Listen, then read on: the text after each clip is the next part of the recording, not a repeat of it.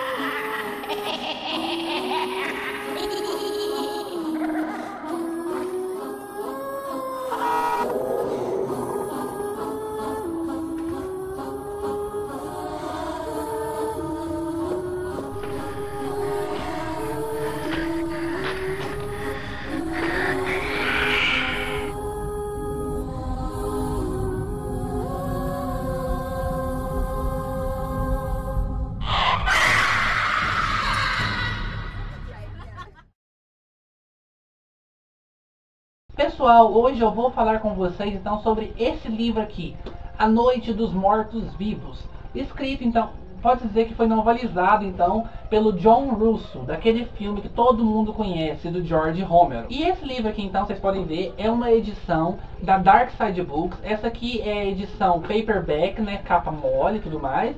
Mas ainda assim é uma edição muito bonita, padrão de qualidade de Dark Side Books, né, gente? E aqui então nós vamos encontrar a história do filme de mesmo nome, A Noite dos Mortos-Vivos. Aquele filme em preto e branco, que me desculpa, eu não vou saber a data, se eu não me engano, acho que é dos anos 60.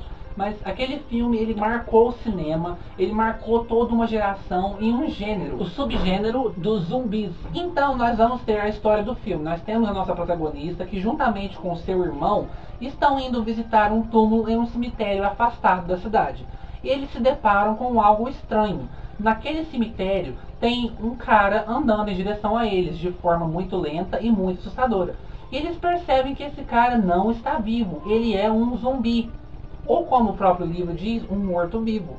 E a partir daí a história vai pra frente então com essa moça, a nossa protagonista, a nossa Scream Queen, correndo desse monstro e tentando se refugiar deste zumbi. E o mais sinistro é que ela começa a perceber que o mundo todo está enfrentando essa mesma situação. Os mortos estão voltando à vida, eles estão retornando e levantando de seus túmulos para atacarem os vivos. E o livro vai seguir em frente com ela tentando se livrar de tudo isso. Ela vai se meter então em uma casinha de uma fazenda e lá ela vai se deparar com outros personagens que também estão na mesma situação que ela, e cada um desses personagens vai acrescentar alguma coisa à história e à tensão que vai se desenrolando ali naquela casinha. Eu não posso contar mais sobre esse livro porque justamente é isso que se trata a história.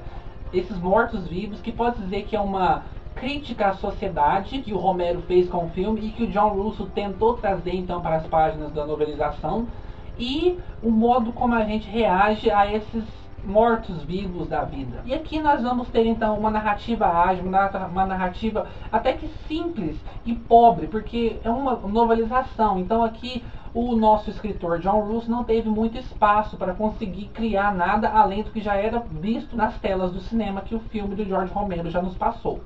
Mas é um livro de leitura bem rápida, é um livro de leitura bem fácil, é recheado de diálogos aqui, você vai encontrar praticamente páginas inteiras só com diálogos, mas é um livro muito interessante para quem gosta então do subgênero de zumbis. Tem obrigação de conhecer essa obra aqui, que foi então responsável pelo surgimento do nosso zumbi moderno. Até então, os zumbis eram vistos de uma outra forma. O zumbi era retratado então como um ser que era lançado uma magia ou um feitiço voodoo sobre ele, e ele retornava à vida e se tornava um escravo de seu feiticeiro. E esse era o zumbi retratado nos cinemas e na literatura até então. Mas o George Romero conseguiu revolucionar, criando esse zumbi faminto por carne humana. Não, gente, o zumbi do Romero não é aquele zumbi que come cérebros, que come brains, né? Que vocês viram então naqueles filmes A Volta dos Mortos-Vivos. Aqui eles comem carne humana. Fica a dica de um livro muito legal. Logo depois desse livro, vocês podem ver aqui mais ou menos, tem uma divisória aqui que vai retratar então uma continuação de A Noite dos Mortos-Vivos, de nome A Volta dos Mortos-Vivos. Não é aquele filme de terror com comédia que saiu nos anos 70, 80. Aqui é uma outra história que foi escrita um roteiro para ela, mas ela não foi filmada. Então aqui você vai ter situações totalmente adversas àquele filme dos anos 80, que não é uma continuação de A Noite dos Mortos-Vivos. Mas ainda assim é uma história muito interessante. Aqui tem um pouco mais do envolvimento militar, como que as pessoas reagiram a tudo que veio acontecendo no primeiro livro, na primeira história, é muito interessante também. E eu dou a nota para esse livro de 4 corujinhas.